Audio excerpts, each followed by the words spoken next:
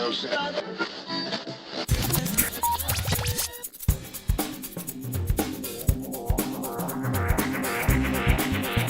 So I have nothing to say. So just ask whatever you like, and I'll do. Is this working? Is this on? All right, just make sure. So, I have to pick. Crap. Ladies first. Thank you. So the highlight of the Uncharted games for me really is the communication between Drake and Sully. They are hilarious. What's your favourite Drake and Sully moment in the series? Undoubtedly, it has to be, I don't even remember what game it was in. It's all kind of a blur after 10 years. But there was a moment in the script where we were supposed to say, we gotta keep moving. And he said something like, it's so hot. And instead, Richard McGonigal he said, I'm sweating like a hooker in church. And I just looked at him and I went, and just out of the blue, I just went, you brought a hooker to church? And he just looked at me and why not? And it was just one of those moments that just, it was one of the perfect moment that was Sully and Drake, but it was a little bit of Richard and Nolan. So that was one of my favorite exchanges. And a lot of times, those things came up. We always had so much fun. So that's the capper for me. Yeah. I'm pretty sure that's Uncharted 2, that bit. Maybe you guys mean like the ass. I don't remember. I don't remember. I'm threatening to play through them all again and film it. So that was going to be my question anyway. So all right, well, let's ask that question. Okay, what would be your favourite? Like for personal reasons and as game goes. The best answer I can give you is people ask me that all the time, and I kind of look at it like 4 years of high school. Okay, so freshman year was the first Uncharted because there's no such thing as Uncharted 1. We didn't know we'd get a 2, but so that's your freshman year. Nobody really knows you, but you have a good year.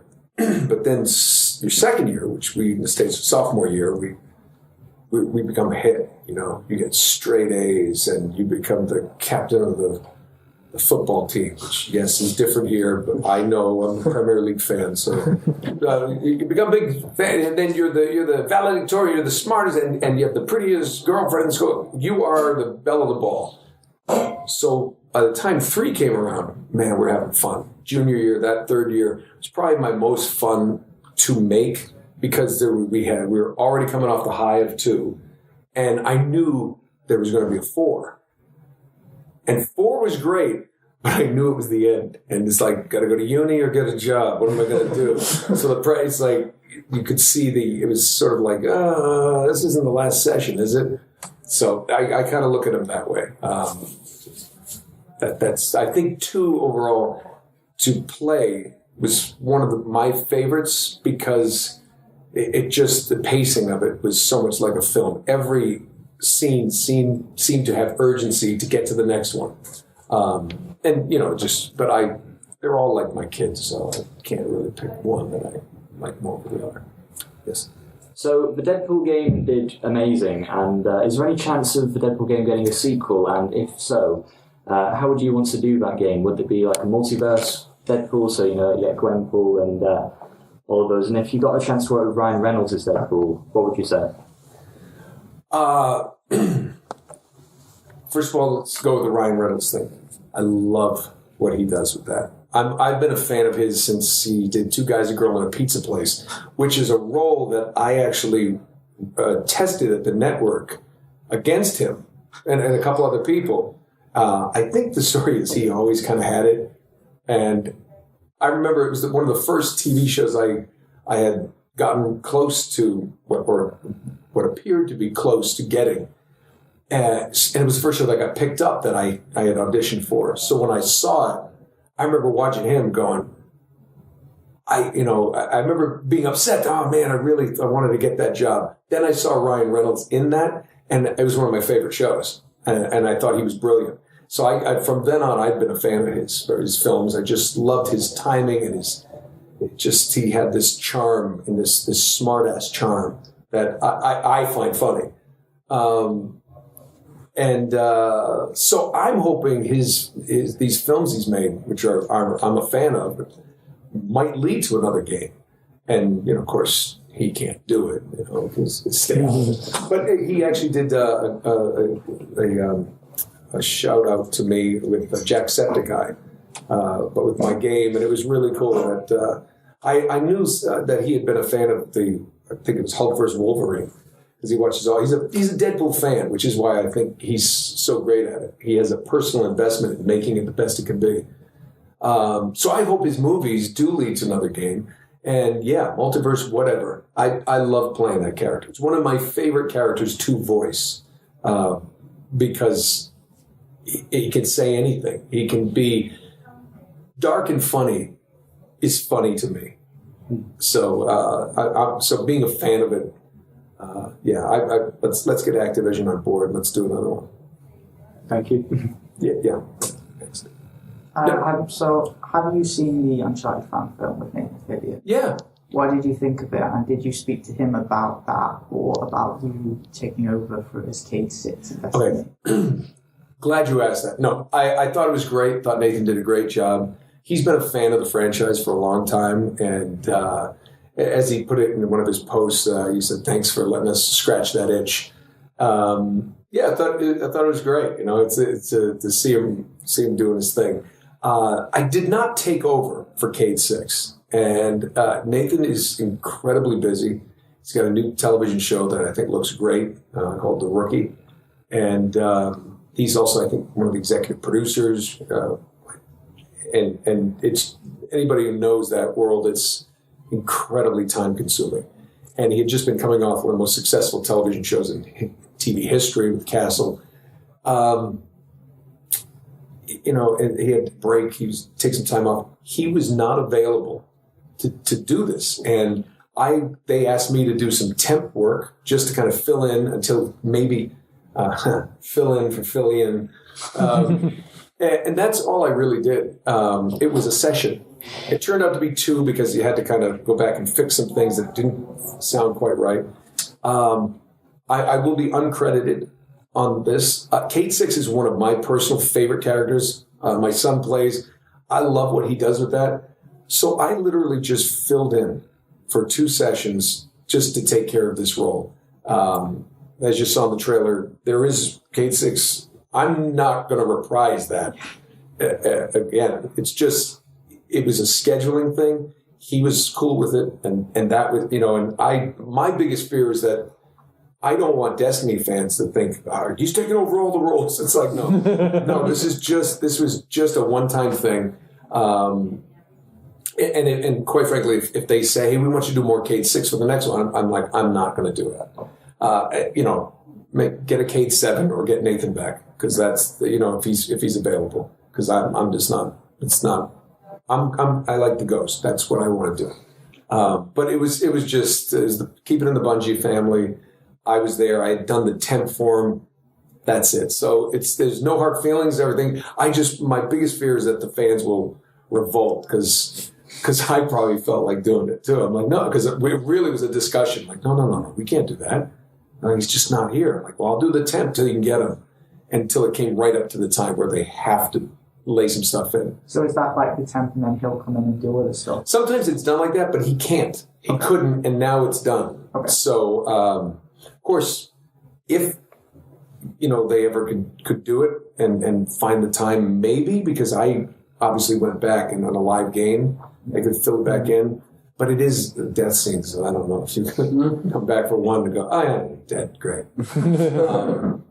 I was hoping they would process it. Like I told him one time, I said, maybe you just have him get shot in the throat. It sounds different. It's the same ad. We just kind of do the attitude. Because I can't mimic him. You try to get it close, but I'm being serious. My son, my own son, his favorite is Cade 6. And when I told him, he was like, oh, that sucks. So I think it sucks too. And we just did our best. And, it's the game's still a great game. And, it is a revenge mission. My favorite part about the game, by the way, is the Ghost gets a little edgy, a little badass. He's not happy. They killed okay, to kill this ghost. It's a revenge mission. Yes. Guys, Given it's last one. Yeah. Given you've sorry. voiced a mass of characters over the years, is there any character that you haven't voiced that you would love to do? Yeah, I just look forward to the next original character. There's no character that one of my friends has done that I covet. Just there's no point in that because and it's funny in our business. I've gotten sides because they're going to do a new Wolverine something, an animated series, something like that. And I'll just look and go, no, that's Steve Bloom. And I just put it down. I'm going to do my Steve Bloom impression. Why would I do that? Get Steve. The Hulk. That's Fred Tatasciore. No interest. We don't do that. You don't really. One of the great things about the voiceover industry is we're all fans of each other for the most part. I don't know if anybody's a fan of mine, but I mean, it's like I am. I mean, I'll listen to I'll see Fred at a session and say, "Oh, you're doing that? I read for that. What'd you do?" And then he'll do his, and I'm like, "Oh, that's so much better." It's so cool, and it always works that way. It's a tight industry and. Really, I remember doing the Transformers Prime series, and there I am in a room with Peter Cullen and Frank Welker, and Kevin Michael Richardson, people I've looked up to. I just worked the other day with Rob Paulson again, and this time he's directing me, and it's like, it's Rob Paulson, it's Pinky. And Carl Weezer, for the record, is like my favorite animated character ever. I was doing this Jimmy Neutron, but I'm just doing my Rob Paulson, and he and Welker live right near me. So that's not a mistake. They lived there first. I called my realtor and I'm like, find me somewhere between these two, and they did. No, I'm seriously, I'm as big a geeky fan as anybody of those guys, and. I just, I'm honored to be able to call him a peer. It's pretty cool. It still makes me uncomfortable saying that, but it's true. I do. One more, because I talked real fast. I know it's a schedule, but him, the guy. Obviously, you are sort of Mr. Video Games to a degree. Like you've voiced many video game characters. But which character is your least favorite? Not your most favorite, because they always get brought up.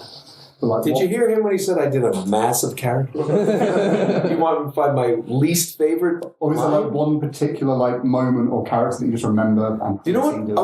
Okay. I did something for a video game years ago. Small role called Bratz. You know that.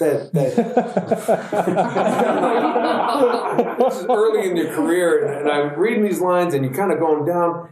And there was one, and it was I was a different shop owners. I don't know anything about it, but there's one line, and you're saying it, you do it, do two in a row, next line, two in a row, and you're just kind of piling through it. And it came up to something like, who doesn't like cell phones? Old people. And